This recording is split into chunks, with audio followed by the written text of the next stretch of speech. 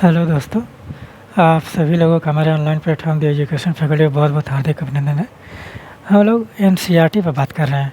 ठीक है, एनसीईआरटी का भाग 1 कंप्लीट हो चुका है। पूरा उसमें हम लोग प्राचीन भारत का एकदम विधिवत तरीके से देखा गया है और एक क्रमबद्ध विकास को लेकर हम लोग चल रहे हैं एनसीईआरटी के माध्यम से।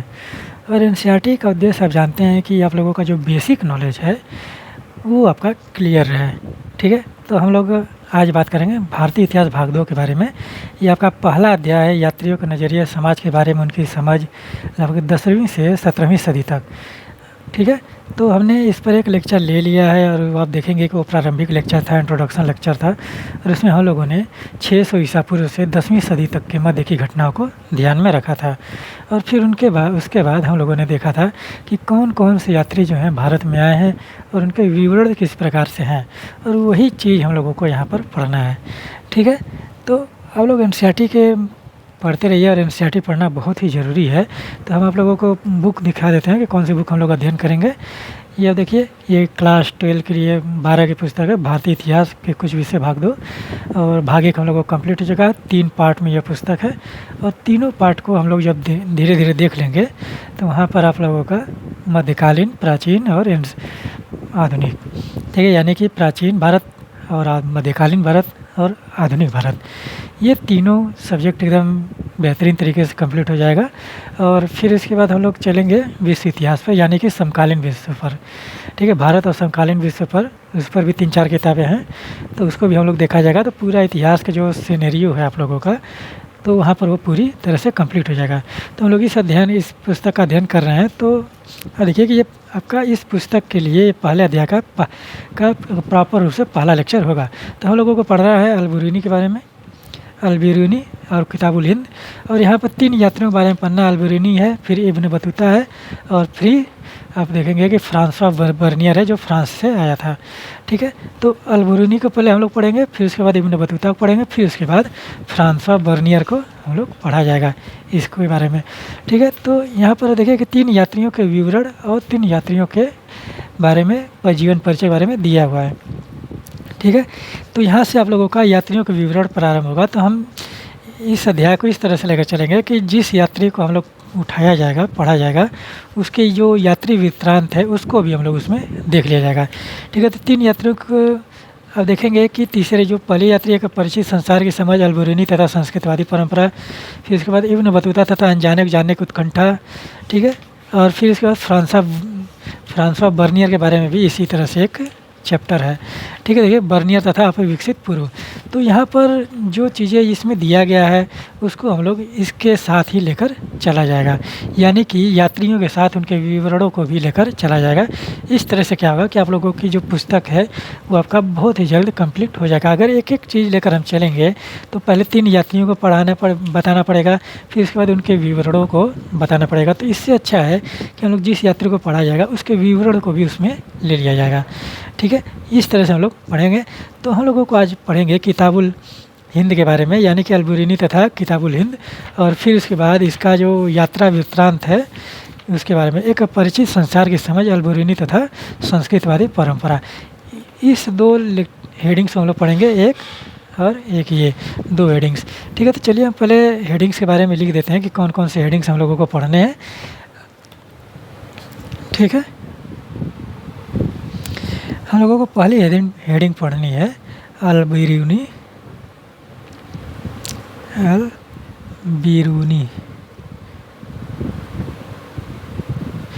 तथा किताबुल हिंद।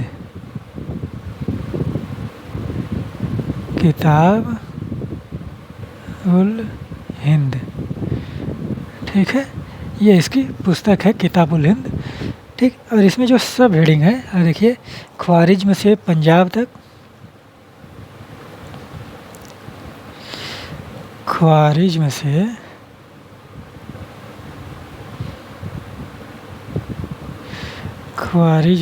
पंजाब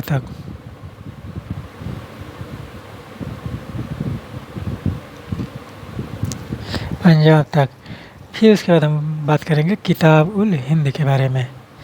ठीक है, पहले इन 2 हेडिंगों के बारे में हम लोग बात करते हैं, फिर उसके बाद हम लोग इसके यात्रा वृत्तांत पर चला जाएगा। किताबुल हिंद। और हमने बताया था कि किस प्रकार से भारत में विदेशियों का आगमन हुआ है और विदेशी यात्री भारत में किस प्रकार से आए हैं पिछले लेक्चर में, तो आप लोग उसको जाइए देखिए, ठीक है। तो यहाँ पर देखिए यह पुस्तक है, तो हम लोगों को यहाँ पर ये सारी चीज़ें देखना है। और पिछले लेक्चर में हम लोगों ने इसके इंट्रोडक्शन लेक्चर को देख लिया था, जो ये इंट्रोडक्शन लेक्चर है कि किस प्रकार से इन्होंने यात्रा वृत्तांत लिखे गए हैं और किस प्रकार से इन्होंने विवरण दिया है। फिर उसके बाद हम बात करते हैं, पहले हम इन 1, 2, 3 और ये 4, ठीक है, इसको इसके साथ पढ़ा जाएगा। ये 2 पैराग्राफ हम लोग आप लोगों को पहले बता देते हैं, ठीक है। कि यहाँ पर देखिए कि यहाँ पर लिखा गया है कि पूरी तरह से भिन्न सामाजिक तथा सांस्कृतिक पृष्ठभूमि से आने के कारण ये लेखक दैनिक गतिविधियों तथा प्रथाओं के प्रति अधिक सावधान रहते थे। देशज लेखकों के लिए ये सभी विषय सामान्य थे जो वृत्तांतों में दर्ज करने योग्य नहीं थे। नज़रिए से यही भिन्नता ही यात्रा वृत्तांतों को अधिक रोचक बनाती है। ये यात्री किसके लिए लिखते थे, जैसा कि हम देखेंगे इस प्रश्न का उत्तर अलग अलग दृष्टांतों में अलग था। कि यहाँ पर इस तरह से बात किया जा रहा है कि जब आप देखेंगे कि ये यात्री आए अल-बिरूनी, और देखेंगे कि वहाँ से आया था, उज़्बेकिस्तान से आया था, फिर जो इब्न बतूता है वो मोरक्को से आया था, फ्रांसवा बर्नियर जो है आपका फ्रांस से आया था। तो ये अलग अलग संस्कृति से आए थे और अलग अलग सभ्यता संस्कृति से बिलोंग करते थे। तो आप देखेंगे कि जब ये भारत में आए तो उनको अलग तरीके से एक सभ्यता संस्कृति मिली। तो जब उन्होंने एक अलग तरीके से सभ्यता संस्कृति देखा तो उन्होंने किस प्रकार से उनको कठिनाई हो रही थी और किस प्रकार से उन्होंने उसको समझने का प्रयास किया और वो किसके लिए ये सब कर रहे थे, ये सारी घटनाएं हम लोग इसमें बात करेंगे, ठीक है। तो अल-बिरूनी के उद्देश्य, अल-बिरूनी ने अपने कार्य का वर्णन इस प्रकार किया है कि उन लोगों के लिए सहायक जो उनसे हिंदुओं धार्मिक विषयों पर चर्चा करना चाहते थे और ऐसे लोगों के लिए एक सूचना का संग्रह जो उनके साथ संबंध होना चाहते थे। तो इस तरह से यहाँ पर जो मेल मिलाप की बात की जाती है कि अल-बिरूनी का जो उद्देश्य है कि वो मेल मिलाप करके किस प्रकार से उसने यहाँ पर यात्रा वृत्तांतों को लिखा, ठीक है। कि वो हिंदुओं से, या देखिए कि कैसे यहाँ पर दिया गया है कि उन लोगों के लिए सहायक जो उसने उनसे हिंदू धार्मिक विषयों पर चर्चा करना चाहते हैं और ऐसे लोगों के लिए एक सूचना संग्रह जो उनके साथ संबंध होना चाहते हैं। तो इस प्रकार से देखिए कि वो हिंदुओं से किस प्रकार से संबंध होना चाहते हैं, उनके रीति रिवाज, परंपराओं और सभ्यता संस्कृति के जानने की उत्कंठा में, ठीक है। तो यहाँ देखिए ग्रंथों का अनुवाद, विचारों का आदान प्रदान। कई भाषाओं में दक्षता हासिल करने के कारण अल-बिरूनी भाषाओं की तुलना तथा ग्रंथों का अनुवाद करने में सक्षम रहा। उसने कई संस्कृत कृतियों में, जिनमें पतंजलि का व्याकरण पर ग्रंथ भी शामिल है, का अरबी में अनुवाद किया। अपने ब्राह्मण मित्रों के लिए उसने यूक्लिड, एक यूनानी गणितज्ञ, के कार्यों का संस्कृत में अनुवाद किया, ठीक है। तो अल-बिरूनी आप देखेंगे कि कई भाषाओं का ज्ञाता था, तो वो उसने एक यूनानी गणितज्ञ की यूक्लिड की पुस्तक थी, यूक्लिड नामक पुस्तक का अपने ब्राह्मण मित्रों के लिए उसका अनुवाद संस्कृत में किया है। और पतंजलि के अरे आप देखेंगे कि पतंजलि का जो व्याकरण है, ठीक है, जो महाभाष्य है वो व्याकरण की पुस्तक है, तो उसको उसने अरबी में अनुवाद किया है। यानी कि इससे यह पता चलता है कि अल-बिरूनी जो है कई भाषाओं का बहुत बड़ा ज्ञाता था, ठीक है। तो यहाँ पर उसके जीवन परिचय के बारे में दिया गया है कि किस प्रकार से अल-बिरूनी वहाँ से उज़्बेकिस्तान से ख्वारिज़ में आया, फिर वहाँ से आया और किस प्रकार से उसने भारतीयों से संपर्क साधा। तो चलिए हम लोग बात करते हैं कि ख्वारिज़ में से पंजाब तक। अल-बिरूनी का जन्म उज़्बेकिस्तान में स्थित ख्वारिज़ में सन 1973 ईस्वी में हुआ था। अरे 1973 कह रहे हैं, सॉरी, 973 ईस्वी में अल-बिरूनी का जन्म हुआ है। और देखिए कि आप देखेंगे कि वहीं पर इसकी शिक्षा भी होता है और वहीं पर इसने भाषाओं का भी ज्ञान अर्जित किया, जिसमें सीरियाई है, फ़ारसी है, हिब्रू है तथा संस्कृत है शामिल है, ठीक है। तो इसको इन सीरियाई यानी कि सीरियन भाषा, फ़ारसी, ईरानी भाषा, हिब्रू, और हिब्रू आप जानते हैं कि शायद यहूदियों की भाषा होती थी। फिर उसके बाद संस्कृत का भी इसको ज्ञान था। तो सोचने वाली बात है कि अल-बिरूनी जब भारत में आया 973 में, तो उसका जन्म ही हुआ था, और जब भारत में आया तो वहाँ पर देखिए कि उसके पास कितने ज्ञान के स्रोत हैं, ठीक है। फिर उसके बाद देखिए कि हालांकि वह यूनानी भाषा का जानकार नहीं था, पर फिर भी प्लेटो तथा अन्य यूनानी दार्शनिकों के कार्यों से पूरी तरह परिचित था। इसमें कहा गया कि अल-बिरूनी जो है यूनानी भाषा उसको तो नहीं आती थी, लेकिन वो प्लेटो और जो अरस्तु है, ठीक है, प्लेटो और जो अन्य यूनानी दार्शनिक है और उनके कार्यों से यह परिचित था कि वो लोग किस प्रकार से कार्य करते थे और किस प्रकार से उनका तर्क विवाद चल रहा था, तर्क वितर्क चलता था। ठीक है, तो इन्होंने यहाँ पर लिखा है कि जिन्हें उसने अरबी अनुवादों के माध्यम से पढ़ा था, कि अरबी अनुवादों में उनकी पुस्तकें थी, उसके माध्यम से उसने अनुसरण किया। सन 1017 ईस्वी में ख्वारिज्म पर आक्रमण के पश्चात सुल्तान महमूद, ठीक है, 1017 में अब देखेंगे कि ख्वारिज्म पर आक्रमण हो गया। सुल्तान महमूद यहाँ के कई विद्वानों तथा कवियों, महमूद मतलब कि महमूद गजनवी के बारे में यहाँ पर बात किया जा रहा है, और गजनवी के साथ ही यह देखेंगे कि भारत आया था। कई विद्वानों तथा कवियों को अपने साथ अपनी राजधानी गजनी ले गया। अल बुरूनी भी उसमें से एक था। वो बंधक के रूप में गजनी आया था, पर धीरे धीरे उसे यह शहर पसंद आने लगा और 70 वर्ष की आयु में अपनी मृत्यु तक वह उसने अपना बाकी जीवन यहीं बिताया था। सॉरी। तो यहाँ पर देखिए कि अल बुरूनी का जन्म जो है उज्बेकिस्तान में हुआ, ठीक है, 973 ईस्वी में, और वहाँ पर ख्वारिज में ही वहाँ पर उसने भाषाओं का अध्ययन किया, वहीं पर अपने प्रारंभिक शिक्षा का अध्ययन किया। और फिर उसके बाद आप देखेंगे कि 1017 ईस्वी में ख्वारिज्म पर आक्रमण हो जाता है, और वहाँ पर महमूद जो सुल्तान महमूद था, उसने अपने कवियों और जो इतिहासकार हैं उनके साथ वो गजनी चलाया। ठीक है, और अल बुरूनी भी वहाँ पर देखेंगे कि अल बुरूनी जो है वहाँ पर बंधक के रूप में आया था, लेकिन वो शहर उसे धीरे धीरे पसंद आने लगा और 70 वर्ष की आयु तक वहीं तक पर था।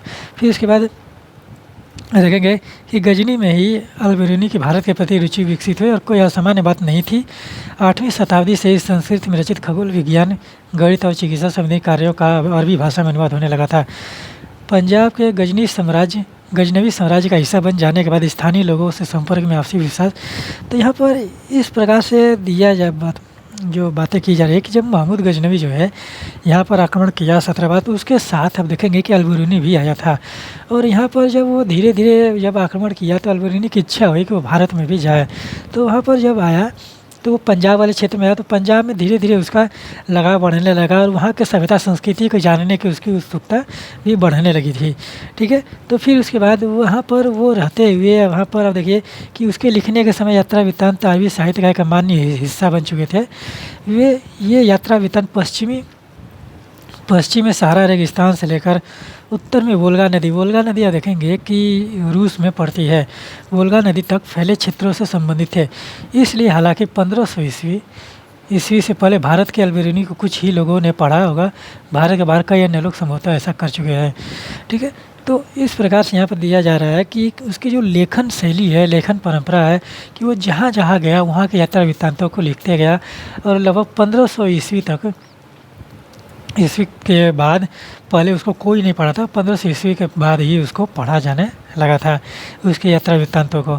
ठीक है, तो यहाँ पर उसके यात्रा वृत्तांत में एक चीज़ देखने को मिलता है कि उसके यात्रा वृत्तांत जो है पश्चिमी के सहारा रेगिस्तान से लेकर, यानी कि अफ्रीका के रेगिस्तान से लेकर उत्तर में वोल्गा नदी यानी कि रूस की सीमा तक थी इतिहास लिखने की परंपरा। तो यानी कि उसमें भारत भी शामिल था। तो इस प्रकार से चीज़ें वहाँ पर देखने को मिल रही थी। ठीक है, और भारत में आकर वो ब्राह्मणों के संपर्क में आया, फिर उसके बाद संस्कृत के संपर्क में आया, तो उसकी जो उत्सुकता थी कि वो जिज्ञासा जो है वो बढ़ती ही गई, और उसने यहाँ पर रहकर उसका अध्ययन भी किया था। ठीक है, ठीक है, तो अब देखिए कि अल बुरूनी कहाँ से आया, और उसकी जो जिज्ञासा है, मन की जिज्ञासा, जानने की जिज्ञासा, अध्ययन की जो जिज्ञासा है, उसको देखिए कि किस प्रकार से एक यात्री वृत्तांत के रूप में बहुत ही ज़्यादा प्रशंसनीयता प्रदान करती है।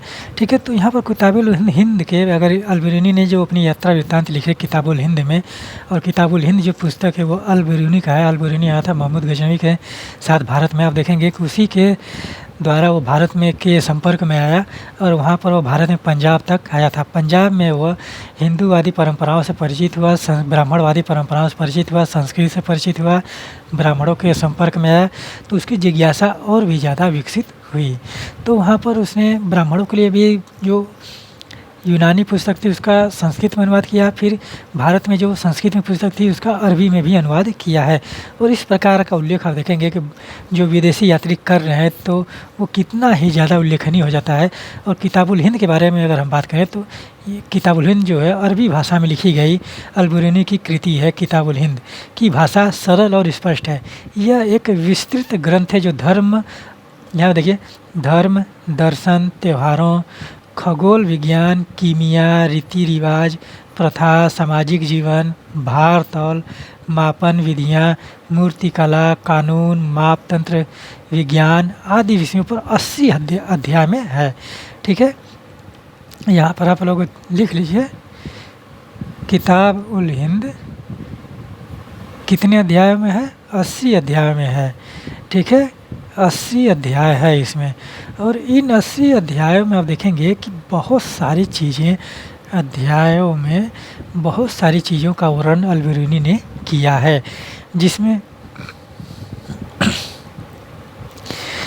आप देखेंगे कि समाज के द्वारा जो जितनी भी क्रियाएं की जा रही थी, उन सभी क्रियाओं को इसने इसमें दर्ज किया है, और इसमें हर एक चीज़ के बारे में आप लोगों को वर्णन मिलेगा। और यहाँ पर जो लेखन शैली है इसका, ये आप देखेंगे कि संस्कृत ग्रंथ में जिस प्रकार से लेखन शैली चलती थी कि पहले एक प्रश्न पूछा जाता था, फिर उसका उत्तर दिया जाता था, फिर उस पर निष्कर्ष निकाला जाता था, उसी प्रकार से किताबुल हिंद की रचना इसने किया है। कि सामान्यतः हमेशा नहीं, अल-बिरूनी ने प्रत्येक अध्याय में एक विशिष्ट शैली, ठीक है, एक विशिष्ट शैली का प्रयोग किया है, जिसमें आरंभ में एक प्रश्न होता था, फिर संस्कृतवादी परंपराओं पर आधारित वर्णन, और अंत में एक अन्य संस्कृतियों के साथ एक तुलना। ठीक है, यानी कि अन्य के साथ तुलना, यानी कि परिणाम हो गया उसका, और उसकी जो किस प्रकार से भारत में और ईरान में किस प्रकार से उसकी तुलना की गई थी। आज के कुछ विद्वानों को तर्क है कि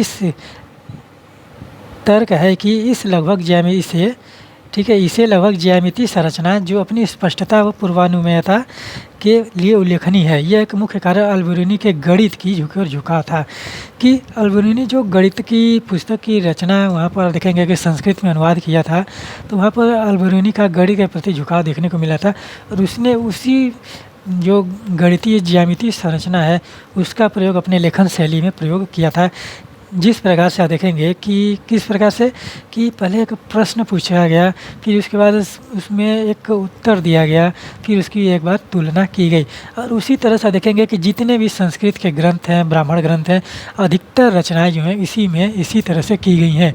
और उसमें आप देखेंगे कि भागवत गीता जो है उसका जो उद्देश्य है, उसकी जो लेखन शैली है वो बिल्कुल सटीक इसी प्रकार से है। ठीक है, और अल-बिरूनी ने उसी शैली का प्रयोग यहाँ पर किया है। ठीक है, फिर देखिए कि अल-बिरूनी जिसने लेखन में भी अरबी भाषा का प्रयोग किया था, ने संभवतः अपनी कृतियाँ उपमहाद्वीप के सीमांत क्षेत्रों में रहने वाले लोगों के लिए लिखी थी। वह संस्कृत, पाली तथा प्राकृत ग्रंथों के में अरबी भाषा में अनुवादों पर रूपांतरणों से परिचित था। इनमें दंत कथाओं से लेकर खगोल विज्ञान और चिकित्सा संबंधी कृतियाँ सभी शामिल थीं, पर साथ ही इन ग्रंथों के लेखन सामग्री शैली के विषय में उनका दृष्टिकोण आलोचनात्मक था, और निश्चित ही यह अपने जो विवरण दिए गए हैं उसमें सुधार करने के प्रयत्न करता। ठीक है, तो यहाँ पर इस प्रकार से यहाँ पर किताबुल हिंद के बारे में लिखा गया है कि किताबुल हिंद में समाज के हर एक चीज़ का वर्णन किया है वहाँ पर, और किताबुल हिंद 80 अध्यायों में विस्तृत है। और इसमें जो लेखन शैली है आप देखेंगे कि उसको ज्यामितीय संरचना विद्वानों ने माना है, ज़्यादातर विद्वानों ने ज्यामितीय संरचना माना है, जिसमें एक पहले प्रश्न पूछा जाता था, फिर उसके आधार पर उसमें उत्तर दिया जाता था, और फिर उसकी ये बात तुलना की जाती थी, और ये एक जो संस्कृतवादी परंपराओं के आधार पर था। और भारत के जितने भी ग्रंथ देखेंगे कि वो इसी आधार पर रचनाएं की गई हैं। और फिर उसके बाद उसमें कहा गया है कि जब अल-बिरूनी ने किताबुल हिंद की रचना की तो वो सीमांत क्षेत्रों में, उपमहाद्वीप के सीमांत क्षेत्रों के लिए बहुत ही ज़्यादा सेंसिटिव था। ठीक है, कि वहाँ पर किस प्रकार से संरचनाएं की जा रही थी, किस प्रकार सामाजिक व्यवस्थाएं थी, उसको लेकर वो लिख रहा था। ठीक है, तो वहाँ पर देखेंगे कि वो संस्कृत में पाली भाषा और प्राकृत ग्रंथों के भी उसने अरबी भाषा में अनुवाद और रूपांतरणों से परिचित था। ठीक है, तो इस प्रकार से उसने पढ़ा, अध्ययन किया, और जिस तरह से उसने विवरण दिया है अपने किताबुल हिंद में, वो निश्चित ही वो एक आलोचना के आधार पर थी, और आलोचनात्मक अध्ययन किया गया था उस पर। और वो आप देखेंगे कि अल-बिरूनी अगर उसको फिर से दोहराता, अगर रिवीजन करता, तो निश्चित ही उसमें संशोधन वो करता। ठीक है, तो इस प्रकार से बातें की जा रही थी, और किताबुल हिंद के बारे में इस प्रकार से बातें की गई हैं।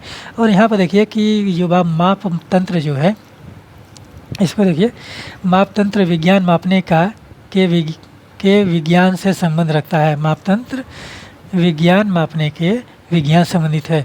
ठीक है, तो यहाँ पर एक चित्र दिया गया, पहले इसके बारे में हम बता देते हैं, फिर इसके बाद, क्योंकि ये बहुत ही ज़्यादा आप लोगों को समझने वाली बात है कि इसके बारे में हमने बहुत बार बात किया कि हिंदू शब्द का प्रयोग किस प्रकार से किया गया है और किसने किया है, और हम लोगों का जो हिंदू धर्म है, क्या हिंदू धर्म है कि नहीं है।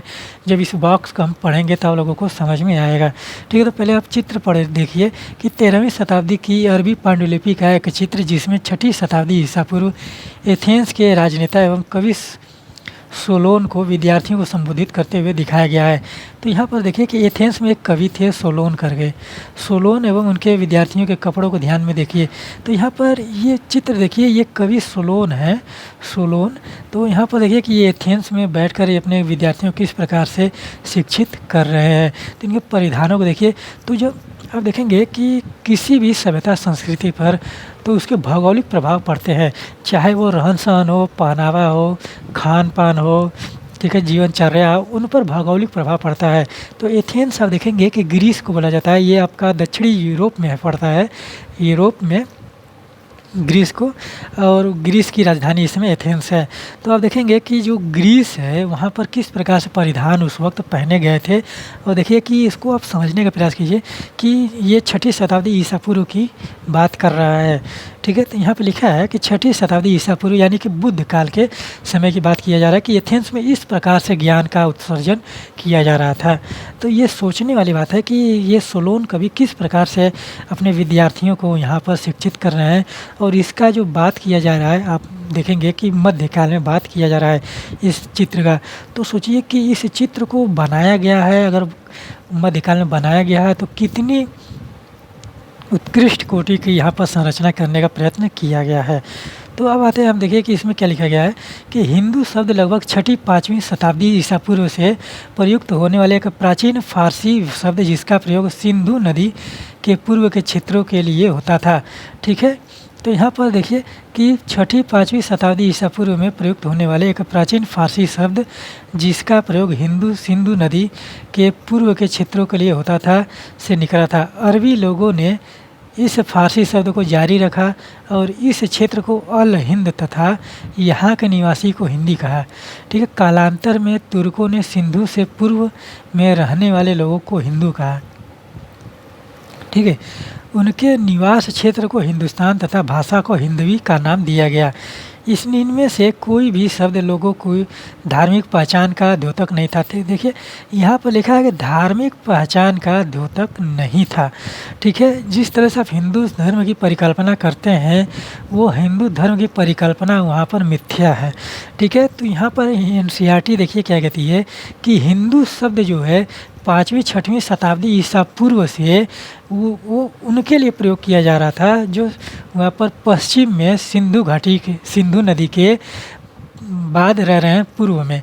ठीक है, यहाँ पर लिखा है ना कि हिंदू शब्द लगभग 6ठी-5वीं शताब्दी ईसा पूर्व से, ठीक है, हिंदू में 6ठी शताब्दी ईसा पूर्व के। ठीक है, तो यहाँ पर देखिए कि ईसा पूर्व प्रयुक्त होने वाले एक प्राचीन फारसी शब्द है, जिसका प्रयोग सिंधु नदी के पूर्व के क्षेत्रों के लिए होता था।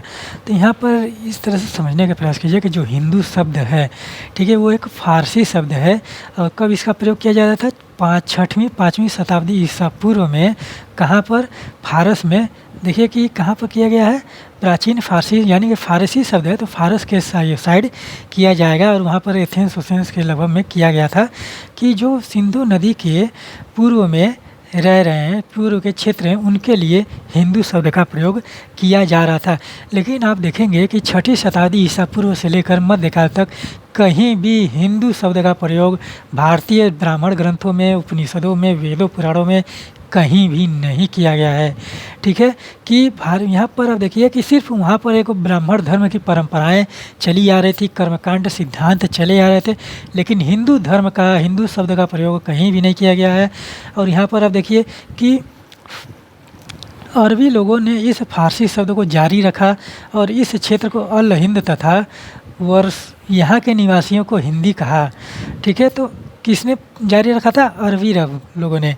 अरबी लोगों ने फ़ारसी शब्द को जारी रखा कि यहाँ के लोगों को अल हिंद कहा, निवासियों को अल हिंद कहा था, जो सिंधु नदी से पूर्व में रह रहे हैं, और इनकी जो अल हिंद कहा, और जो यहाँ के निवासी है इनको हिंदी कहा था।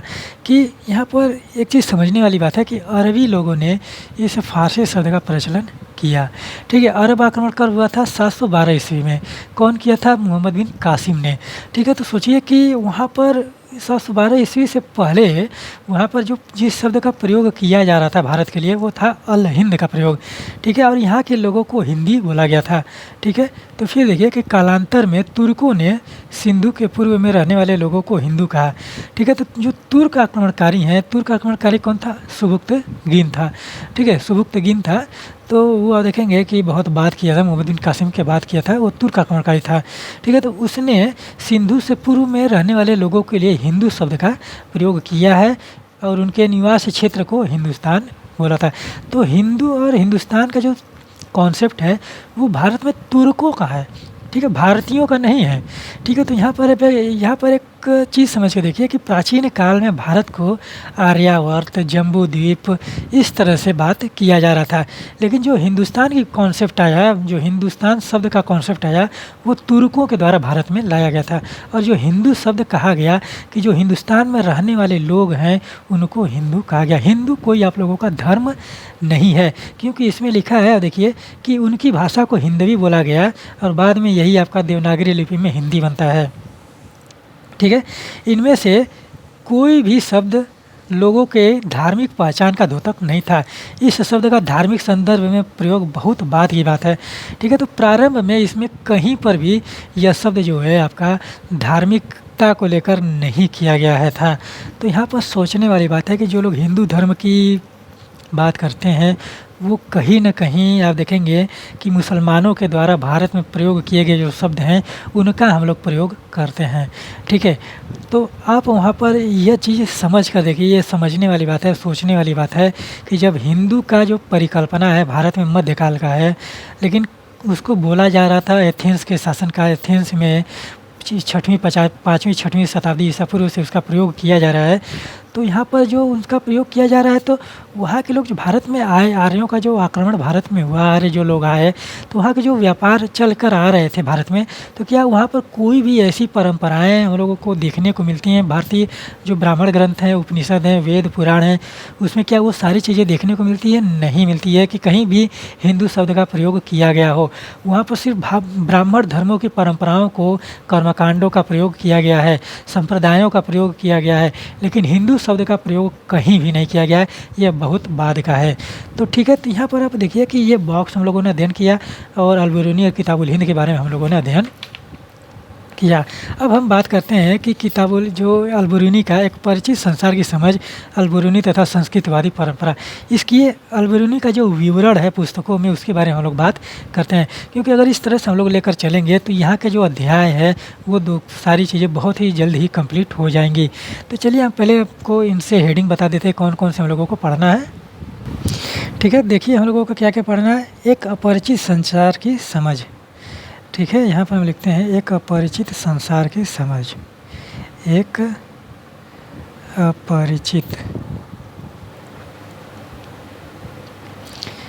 अपरिचित संसार की समझ।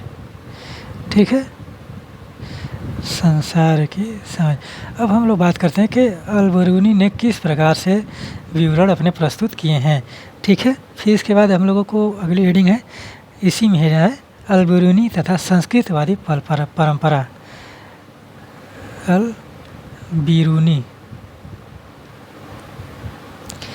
अल-बिरूनी तथा संस्कृतवादी परंपरा।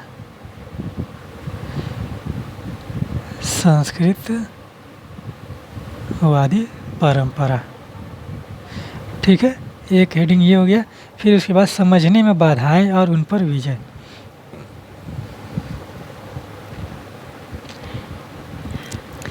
समझने में बाधाएं और उन पर विजय। ठीक है, एक हेडिंग ये हो गया। फिर उसके बाद देखिए अल-बिरूनी का जाति व्यवस्था का विवरण, ठीक है। अल-बिरूनी का जाति व्यवस्था का विवरण,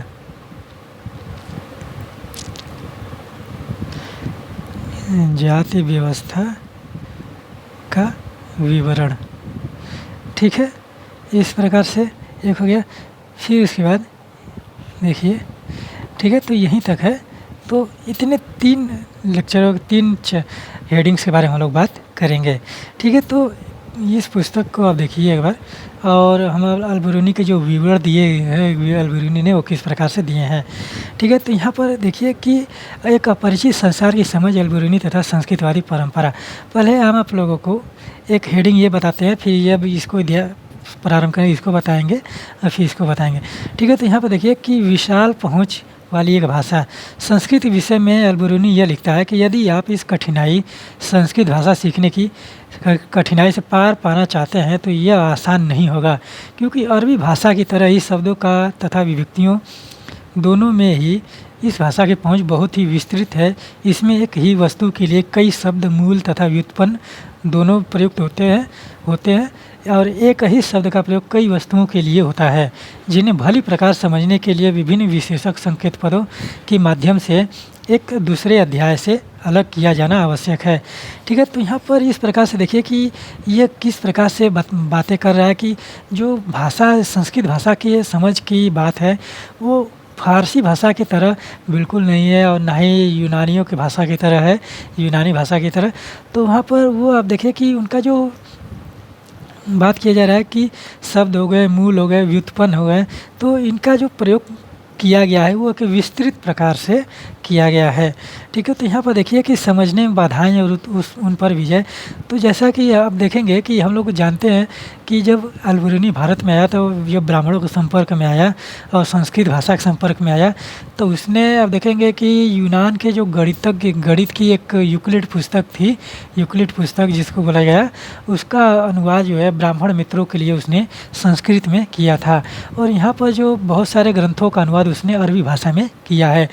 तो वही बात है कि वो सब संस्कृत के संपर्क में आया तो उसको वो संस्कृत भाषा जो है कितने ही कठिन प्रकार से लगी थी और उसको सीखने में उसको कितनी कठिनाई महसूस हो रही थी कि यहाँ पर देखिए कि जैसा कि हमने देखा है कि यात्रियों के उपमहाद्वीप में जो भी देखा सामान्यतः उसकी तुलना उन प्रथाओं से की जिसने वे परिचित थे। प्रत्येक यात्री ने जो देखा उसे समझने के लिए एक अलग विधि अपनाई। उदाहरण के लिए अल-बिरूनी अपने लिए निर्धारित उद्देश्यों में निहित समस्याओं से परिचित था।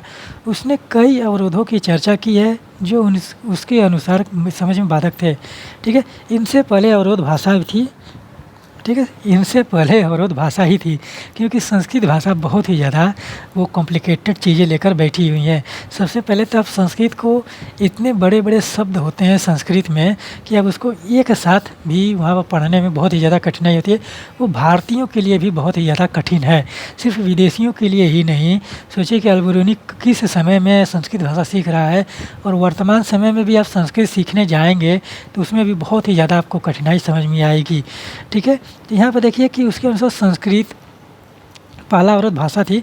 उसके अनुसार संस्कृत अरबी और फारसी से इतनी भिन्न थी कि विचारों और सिद्धांतों की एक भाषा दूसरी में अनुवादित करना आसान नहीं था। तो वहाँ पर देखिए कि फारसी और अरबी से जो संस्कृत भाषा है वो कितनी भिन्न थी उसके लिए कि जिसका अनुवाद करना उसके लिए बहुत ही ज़्यादा कठिनाई था। लेकिन अल-बिरूनी जो है उससे हार नहीं मानता है और अंत में वो उसका अनुवाद करके ही दम लेता है। तो यहाँ पर देखिए कि उसके द्वारा चिन्हित दूसरा अवरोध धार्मिक अवस्था और प्रथा में भिन्नता थी, ठीक है। तो धार्मिक अवस्था और प्रथा, तो हमने आपको बताया है कि किसी भी धर्म पर, किसी भी प्रथा पर, किसी भी सभ्यता पर, किसी भी संस्कृति पर उसके भौगोलिक प्रभाव बहुत ही ज़्यादा देखने को मिलते हैं, ठीक है। और जिस परिवेश में जिस जगह पर कोई धर्म पनपेगा वो उस जगह की उस परिवेश की चीज़ें लेकर अपने साथ खड़ा होगा, ठीक है। तो आप देखेंगे कि अल-बिरूनी जो था अरब से आया था, उज़्बेकिस्तान से आया था, वहाँ पर इस्लाम धर्म चला था और इस्लाम धर्म का जो उदय है मध्यकाल में, अब देखिए कि वो कहाँ पर हुआ है और वहाँ की जो आपकी वातावरण है, वहाँ पर जो भौगोलिक चीज़ें हैं, वो देखिए वो किस प्रकार से वहाँ पर विद्यमान है। और वो जो इस्लाम धर्म में वहाँ की परंपराओं में आप देखेंगे कि आज भी ये सारी चीज़ें वहाँ पर उनके धर्मों में देखने को मिलता है। तो यही कारण है कि अल-बिरूनी जब यहाँ पर आता है तो यहाँ के जो वातावरण है, जो वायुमंडल है, वो पूरा एकदम डू वि वि एकदम भिन्नता देखने को मिलती है कि वो डिफरेंसेस जो हैं बहुत ही ज़्यादा है। यहाँ की जो जलवायु मानसूनी है और गल्फ़ कंट्रियों की जलवायु जो है उष्णकटिबंधीय है, ठीक है? तो इस प्रकार से आप देखिए कि वहाँ पर गर्मी थोड़ा सा ज़्यादा पड़ती है, ठीक है? तो वो सारी चीज़ें वहाँ पर जब सभ्यता संस्कृति का जो सम्मिश्रण देखने को नहीं मिला था, तो अल-बिरूनी की समझ के लिए वहाँ पर बहुत ही ज़्यादा कठिनाई हो रही थी। क्योंकि वहाँ पर जो धार्मिक अवस्था है, जो प्रथा है, पूरी तरह से भिन्न देखने को मिल रही थी, ठीक है? तो वही बात किया जा रहा है कि उसके द्वारा चिन्हित दूसरा और धार्मिक अवस्था और प्रथा थी। पहली जो चीज़ थी वहाँ पर भाषा थी, दूसरी थी धार्मिक अवस्था, तीसरी जो थी प्रथा थी, ठीक है? उसके अनुसार तीसरा अवरोध था जो अभिमान था, ठीक है? ठीक है, अभिमान था, ठीक है। यहाँ पे देखिए कि अल-बिरूनी जो है भारत में जो उसके लिए तो बहुत ही ज़्यादा कठिनाई हो रही थी लेखन शैली के लिए, लेकिन वो पूर्ण रूप से ब्राह्मणों द्वारा रचित जो ग्रंथ हैं उन पर ही आश्रित था। और यहाँ पर देखिए कि उसने भारतीय समाज को समझने के लिए अक्सर वेदों, पुराणों, भागवत गीता, पतंजलि की कृतियों, मनुस्मृति आदि का अंश को उद्धृत किया है, ठीक है। तो यहाँ पर देखिए कि किस प्रकार से अल-बिरूनी ने को जो बाधाएँ आ रही थी उस पर उसने विजय प्राप्त किया कि प्रारंभ में उसने उसको बहुत ही ज़्यादा कठिनाई हुई धर्म को समझने में, यहाँ की प्रथाओं को समझने में, यहाँ की भाषा को समझने में। लेकिन वो जिस प्रकार से उसको कठिनाई हो रही थी, वो कालांतर में धीरे-धीरे उन कठिनाइयों को दूर करता है और फिर उसके बाद अपने यात्रा वृत्तांतों को पूरा करता है। उसको पूरा करने के लिए जो अल-बिरूनी है वो वेदों, पुराणों, भगवद गीता, पतंजलि की कृति जो है महाभाष्य है और फिर उसके बाद मनुस्मृति जैसे ग्रंथों की जो रचित बातें हैं, जो वर्णित बातें हैं उनका उद्धृत करता है, ठीक है। फिर देखिए कि अल-बिरूनी का जाति व्यवस्था का विवरण। फिर यहाँ पर देखिए कि ये पैराग्राफ हमको पढ़ कर बताते हैं, ईश्वर ही जानता है, यात्री हमेशा उन बताई गई बातों पर विश्वास नहीं करते थे। अल-बिरूनी को जब ऐसी लकड़ी की मूर्ति की कहानी के बारे में पता चला जो तथाकथित रूप से, ठीक है। तो यहाँ पे देखिए कि कितना बड़ा डाटा दिया गया है कि 2 लाख, ठीक है, 2,16,432 वर्षों तक अस्तित्व में रही। तो वह पूछता है, सोचिए कि इसमें कितना एक लकड़ी की कहानी के बारे में बात किया जा रहा है कि 2,16,432 वर्ष पुरानी है, ठीक है। कितना है? 2,16,432 वर्ष पुरानी किस लकड़ी की मूर्ति की कहानी है, ठीक है। लकड़ी की मूर्ति की कहानी, तो ये सोचने वाली बात नहीं है। सोचिए कि एक बार कि इस लकड़ी की मूर्ति को किस प्रकार से रखा गया था कि वो 2,16,432 वर्ष से वैसे ही पड़ी हुई थी, अस्तित्व में रही। तो वो पूछता है कि फिर लकड़ी इतने लंबे समय तक अस्तित्व में कैसे रही होगी, विशेष रूप से ऐसे स्थान पर जहाँ हवा और मिट्टी काफ़ी आर्द्र होती है, ईश्वर ही जानता है। तो अल-बिरूनी यहाँ पर आया तो उसको बहुत ही ज़्यादा आश्चर्यचकित करने वाली बातें भी मिली थीं, ठीक है। तो यहाँ पर देखिए कि जब अल-बिरूनी जाति व्यवस्था का विवरण दिया किस प्रकार से, तो हमने आपको पहले बताया था कि यहाँ पर एक चीज़ देख लीजिए, वर्ण व्यवस्था के बारे में अल-बिरूनी क्या कहता है, ठीक है। अल-बिरूनी वर्ण व्यवस्था का प्रकार इस प्रकार उल्लेख करता है कि सबसे ऊंची जाति ब्राह्मणों की है, जिनके विषय में हिंदुओं के ग्रंथ हमें बताते हैं कि वे ब्राह्मण, ठीक है, ब्रह्मन के सिर से उत्पन्न हुए थे। और क्योंकि ब्रह्म प्रकृति नामक शक्ति का ही दूसरा नाम है, ठीक है, ब्रह्म जो है प्रकृति नामक शक्ति का दूसरा नाम है। और सिर जो है शरीर का सबसे ऊपरी भाग है, ठीक है, जो सर होता है शरीर का सबसे ऊपरी भाग होता है। इसीलिए ब्राह्मण पूरी प्रजाति के सबसे चुनिंदा भाग हैं। इसी कारण से हिंदू उन्हें मानव जाति में सबसे उत्तम मानते हैं, ठीक है। तो ये ब्राह्मणों के बारे में, वर्ण व्यवस्था के बारे में उल्लेख करता है। और वर्ण व्यवस्था के बारे में हमने बहुत ही ज़्यादा विस्तार से और वहाँ पर बहुत ही विधिवत तरीके से बात किया है। उसको आप लोग जाइए एनसीईआरटी के अध्याय 1 में देखिए, बहुत ही ज़्यादा आप लोगों को जानकारी वहाँ पर एकत्रित होगी, ठीक है। तो यहाँ पर देखिए अगली जाति क्षत्रियों की है, जिनका सृजन ऐसा कहा जाता है कि ब्राह्मण के कंधों या हाथों से हुआ था। उनका दर्जा ब्राह्मणों से अधिक नीचे नहीं है, ठीक है। तो अगर आप एक बॉडी स्ट्रक्चर की बात करें, शरीर का विन्यास अगर हम देखें, तो सबसे ऊपर सर होता है और उसके जस्ट नीचे देखेंगे कि कंधा होता है, क्योंकि कंधे की के जो बराबरी में ही आपका सर जुड़ा होता है। ठीक है, तो यही कह रहा है अल-बिरूनी कि वहाँ पर जो कंधे और सर के बीच में वहाँ पर ज़्यादा डिफरेंस नहीं है और इसीलिए ब्राह्मण और क्षत्रिय जो हैं मिलकर समाज में रहते हैं। ठीक है, तो यहाँ पर देखिए कि मिलकर वो लोग समाज में रहते हैं, लेकिन बाकी जो नीचे हैं वैसे आप देखिए कि जांघों से माना गया ब्राह्मण के, और फिर उसके बाद शूद्र जो है पैरों से उद्गीत माने गए हैं, उद्भूत माने गए हैं। ठीक है, तो ये भाई स्ट्रक्चर के बारे में हम देखेंगे कि जो पैर है और जो जंघा है, फिर उसके बाद जो कंधा है, उन तीनों में डिफरेंसेस बहुत ही ज़्यादा हैं। ठीक है, बहुत ही ज़्यादा डिफरेंसेस आप देखेंगे कि एक आप देखिए कि एक विन्यास का डिफरेंस है, वहाँ पर एक धड़ का वहाँ पर डिफरेंस है। ठीक है, तो इस प्रकार से सोचिए कि जो ब्राह्मण और क्षत्रिय है वो समाज में मेल मिलाप करके रह रहे हैं, लेकिन वैश्य और शूद्र से वो लोग दूरी बनाकर रहते हैं। इस प्रकार से जो है वर्ण व्यवस्था का अल-बिरूनी अपने किताबुल हिंद में विवरण देता है। फिर उसके बाद देखिए उनके पश्चात वैश्य आते हैं जिनका उद्भव ब्राह्मण की जंघाओं से हुआ है, शूद्र जिनका सृजन उनके चरणों से हुआ है। अंतिम दो वर्गों के बीच अधिक अंतर नहीं है, लेकिन इन वर्गों के बीच भिन्नता होने पर भी ये एक साथ एक ही शहरों और गाँवों में रहते थे, समान घरों आवासों में मिलजुल कर। ठीक है, तो यहाँ पर इस तरह से देखिए कि जो वर्ग बनाए गए हैं कि वो किस प्रकार से अल-बिरूनी जो है उनका वर्णन करता है। ठीक है, तो यहाँ पे देखिए कि ये जो अध्याय बात का अल-बिरूनी का जाति व्यवस्था का विवरण जो किस प्रकार से दिया है कि अल-बिरूनी ने अन्य समुदायों को प्रतिरूपों की खोज के माध्यम से जाति व्यवस्था को समझने का व्याख्या करने का प्रयास किया।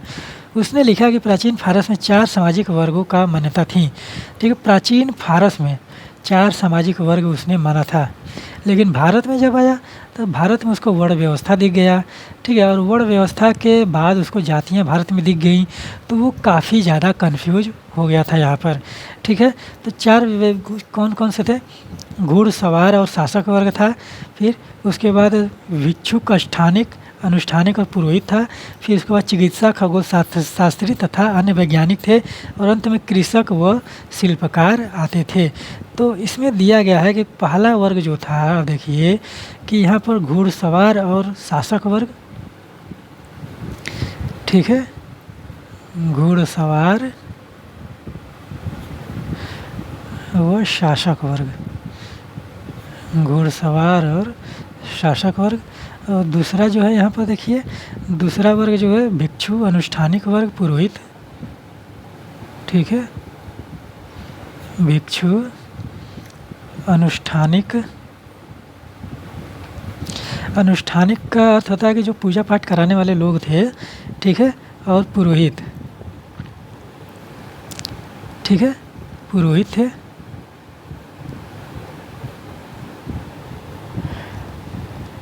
पुरोहित, ठीक है, पुरोहित। और तीसरा वर्ग जो था वहाँ पे आप देखेंगे कि चिकित्सक, यानी कि भारत में जिसको वैद्य बोला गया था, चिकित्सक का था। और इसके साथ आप देखिए खगोल शास्त्री थे,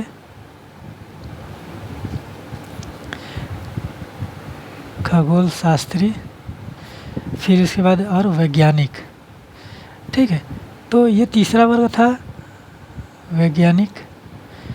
कहाँ पर देखेंगे कि फारस में, फारस की बातें कर रहा है ना, फारस के 4 सामाजिक। और चौथा वर्ग जो था कृषक और शिल्पकार का था। ठीक है, कृषक व शिल्पकार। तो ये 4 वर्ग जो थे, आप देखेंगे कि फारस के 4 वर्गों का अल-बिरूनी ने वर्णन दिया था। और यहाँ पर जब आप देखेंगे कि जब वो भारत में आता है तो यहाँ पर उसको कई प्रकार की जातियाँ देखने को मिल जाती हैं, और फिर उसके बाद समाज का विभाजन जो है 4 वर्णों में देखने को मिलता है। तो ये सारी चीज़ें उसके लिए जो समझ पाना बहुत ही ज़्यादा कठिनाईपूर्ण थी। और उसी आधार पर उसने, आप देखिए कि दूसरे शब्दों में वो ये दिखाना चाहता था कि ये सामाजिक वर्ग केवल भारत तक ही सीमित नहीं थे। ठीक है, तो उसमें वो यह दिखाना चाहता था कि यह सामाजिक वर्ग जो है भारत तक ही सीमित नहीं थे। इसके साथ ही उसने यह दर्शाया कि इस्लाम में सभी लोगों को समान माना जाता था और उनमें भिन्नताएं केवल धार्मिकता के पालन में थीं। तो अल-बिरूनी ने वहाँ पर इस्लाम धर्म को थोड़ा सा बढ़ाकर बताया गया कि उसने अब देखिए कि इस्लाम धर्म वास्तव में वो समानता के आधार पर स्थापित किया गया था। जिस समय आप देखेंगे कि इस्लाम धर्म का उदय हुआ, वो एक सामाजिक समानता को लेकर चल रहा था, ठीक है। तो जब अब कट्टरता तो मुसलमान में इस्लाम धर्म में बहुत बात की है ना। अब देखेंगे कि कट्टरता जो इस्लाम की बात किया जाता है, वो देखेंगे कि वो मध्यकाल का नहीं है। इस्लाम में कट्टरता आप देखेंगे कि ये 20वीं शताब्दी की है, ठीक है। ईरान से कट्टरता इस्लाम में प्रारंभ होती है। कौन से देश है? ईरान में। ईरान में जब सत्ता परिवर्तन होता है, वो इस्लाम धर्म को कट्टरता से पालन करते हैं, वहाँ से 20वीं शताब्दी की ये कट्टरता उसमें, और जो वर्तमान समय में भी चल रही है। लेकिन जिसमें इस्लाम का उदय हुआ, जिसमें इस्लाम का स्थापना हुआ, वहाँ पर इस्लाम जो है आप देखेंगे कि समानता को लेकर चलता है और उदारता को लेकर चल रहा है, ठीक है। कट्टरता बहुत बात की है इस्लाम की, ठीक है। तो फिर यहाँ पर देखिए कि किस प्रकार से कि जाति व्यवस्था, और वहाँ पर अल-बिरूनी कह रहा है कि जो इस्लाम धर्म के मानने वाले लोग हैं, उसमें समानता है, बहुत सारी समानता है, और जो धार्मिक मान्यताएं हैं उनको मानने वाले में सिर्फ वहाँ पर भिन्नता देखने को मिलती है, ठीक है। तो जो उसको पालन करने वाले हैं उसमें भिन्नता देखने को मिलती है। और उसका कहने का मतलब ये था कि जिस तरह से वहाँ पर वर्ग विभाजित थे, तो जाहिर सी बात है कि उनको धर्म का पालन करने में भिन्नताएं देखने को मिलेंगे ही, ये अवश्यंभावी है। क्योंकि जिस प्रकार से धर्म का पालन एक निम्न कोटि का वर्ग करेगा, उसी प्रकार से धर्म का पालन एक उच्च कोटि के वर्ग का आदमी नहीं करेगा, ठीक है। क्योंकि उसके संसाधन अलग हैं, निम्न कोटि के संसाधन अलग हैं। तो यहाँ पर जो धर्म का पालन करने वाली चीज़ें हैं, वहाँ पर पृथकता देखने को मिलेगी, भिन्नता देखने को मिलेगी। और यही बात अल-बिरूनी जो है वहाँ पर बातें कर रहा है, ठीक है। तो इसको आप लोग समझ कर देखिए। तो यहाँ पर देखिए कि जाति व्यवस्था के संबंध में ब्राह्मणवादी व्याख्या को मानने के बावजूद अल-बिरूनी ने अपवित्रता की मान्यता को अस्वीकार किया था, ठीक है। कि अपवित्रता की मान्यता को स्वीकार उसने देखिए कि किस प्रकार से ब्राह्मण धर्म में पवित्रता अपवित्रता की बात की जाती है, और उसी प्रकार से अल-बिरूनी ने उसको थोड़ा सा खंडन करने का प्रयत्न किया है। और देखिए किस प्रकार से किया है कि उसने लिखा है कि हर वस्तु जो अपवित्र हो जाती है, अपनी पवित्रता के मूल स्थिति को पुनः प्राप्त करने का प्रयास करती है और सफल होती है। सूर्य हवा को स्वच्छ करता है और समुद्र में नमक पानी को गंदा होने से बचाता है, ठीक है। यानी कि सूर्य हवा को स्वच्छ करता है, समुद्र में नमक पानी को गंदा होने से बचाता है। अल-बिरूनी जोर देकर कहता है कि यदि ऐसा नहीं होता तो पृथ्वी पर जीवन असंभव होता। उसके अनुसार जाति व्यवस्था में सन्निहित अपवित्रता की अवधारणा प्रकृति के नियमों के विरुद्ध थी, ठीक है। तो यहाँ पर जो जाति व्यवस्था, भारत में जो जाति व्यवस्था का उद्भव हुआ था, वर्ण व्यवस्था से जाति व्यवस्था निकल कर आती है। और जब अल-बिरूनी उसका अध्ययन करता है तो उसमें जो अपवित्रता की परिभाषा दी गई थी, उसको अल-बिरूनी नकारता है, ठीक है, उसका खंडन करता है कि वो प्रकृति के नियमों के विरुद्ध है, ठीक है। और आगे देखिए कि किस प्रकार से कह रहा है कि जैसा कि हमने देखा है कि जाति व्यवस्था के विषय में अल-बिरूनी का विवरण उसके नियामक संस्कृत ग्रंथों का अध्ययन से पूरी तरह से गहनता से प्रभावित था। इन ग्रंथों में ब्राह्मणों के दृष्टिकोण से जाति व्यवस्था को संचालित करने वाले नियमों का प्रतिपादन किया गया था, लेकिन वास्तविक जीवन में यह व्यवस्था इतनी भी कड़ी नहीं थी। उदाहरण के लिए अंत्यज शाब्दिक रूप से व्यवस्था से परे नामक श्रेणियों के से सामान्यतया यह अपेक्षा की जाती थी कि वे किसानों और जमींदारों के लिए सस्ता श्रम उपलब्ध करें, ठीक है। दूसरे शब्दों में हालांकि ये अक्सर सामाजिक प्रताड़ना का शिकार होते थे और तभी इन्हें आर्थिक तंत्र में शामिल किया जाता था, ठीक है। तो इस प्रकार से चीज़ें यहाँ पर देखिए। तो अल-बिरूनी का जो विवरण है, अब उसको समझने का प्रयत्न कीजिए कि किस प्रकार से अल-बिरूनी वहाँ पर बात करता है, ठीक है। तो यहाँ पर देखिए कि जो अल-बिरूनी बात करता है कि वो ब्राह्मण धर्म के जो परंपराएं हैं, जो किस प्रकार से उन्हें अपवित्रता की बातें की जाती हैं, मोक्ष की अवधारणा जिस प्रकार से किया जाता है, तो उसकी जो व्याख्याएं हैं उसको आप देखेंगे कि उसको वह प्रकृति के नियमों के विरुद्ध मानता है। और यहाँ पर आप देखिए कि बौद्ध धर्म, जैन धर्म में भी इन सारी बातों की समान देखने को मिलती हैं कि वो ब्राह्मण धर्म के जितने भी कर्मकांड सिद्धांत हैं उसको उन्होंने नकारने का प्रयत्न किया है, ठीक है। तो यहाँ पर हम लोगों ने अल-बिरूनी के बारे में बहुत सारी बातें की, और यहाँ पर बहुत सारी चीज़ें जो हैं हम लोगों ने अल-बिरूनी के बारे में विवरण जो है उसके बातें किया है। ठीक है, तो यहाँ पर आप लोग समझ के देखिए कि एक विदेशी यात्री भारत में आता है और भारत में ही उसने जिस प्रकार से अध्ययन किया, उसके अध्ययन में किस प्रकार से कठिनाइयाँ हुई और वो किस प्रकार से भारतीय समाज को समझता है और किस प्रकार से वो जिस समाज से आया है उस समाज के बारे में अपना विवरण देता है और तुलना करता है, उसको आप लोग एक बार समझ कर देखिए। ठीक है, तो यहाँ पर हम लोगों का अल-बिरूनी का जो विवरण है वो पूरी तरह से एकदम समाप्त होता है। तो यहाँ पर आप उसको पढ़िए समझिए। और हमने आप लोगों को बताया कि जो इस्लाम का धर्म का उदय हुआ है, जिस प्रकार से इस्लाम धर्म की उदय का चीज़ें देखने को मिलती हैं मध्यकाल में। मध्यकाल की बातें नहीं, मान के चलिए कि मध्यकाल से थोड़ा सा पहले की बातें हैं। तो इस्लाम का उदय आप लोग इस तरह से सोच के देखिए कि इस्लाम का उदय किस बेस पर हुआ है। ठीक है, क्या वास्तव में मुसलमान, वैसे हम कहना तो नहीं चाहते, लेकिन जब आप लोग इनकी विचारधाराओं को पढ़ेंगे, ठीक है, तो ये लोग वैसे कि मान के लीजिए कि इब्राहिमिक रिलीजन में 3 धर्म आते हैं, यहूदी और ईसाई और इस्लाम, इब्राहिमिक रिलीजन में। तो अगर इब्राहिमिक रिलीजन में अगर हम यहूदियों को हटा दिया जाए, ठीक है, यहूदियों में जिस प्रकार से धर्म की अवधारणा है, ठीक उसी प्रकार से धर्म की अवधारणा जो है, उसी प्रकार से देवी देवताएं जो है आपको हिंदू धर्म में भी देखने को मिलेंगे, जो कि ब्राह्मण धर्म का स्वरूप है। ठीक है, तो वहाँ पर उसमें ब्राह्मण धर्म और यहूदी धर्म में बहुत ही काफ़ी ज़्यादा समानताएं देखने को मिलती हैं। ठीक है, लेकिन बौद्ध धर्म, जैन धर्म, ठीक है, फिर उसके बाद इस्लाम धर्म, फिर ईसाई धर्म, इन 5 धर्मों में, इन 4-5 धर्म में आप देखेंगे कि इसमें जो धर्म की अवधारणा देखने को मिल रही है वो एक उपदेश के तौर पर देखने को मिल रही है।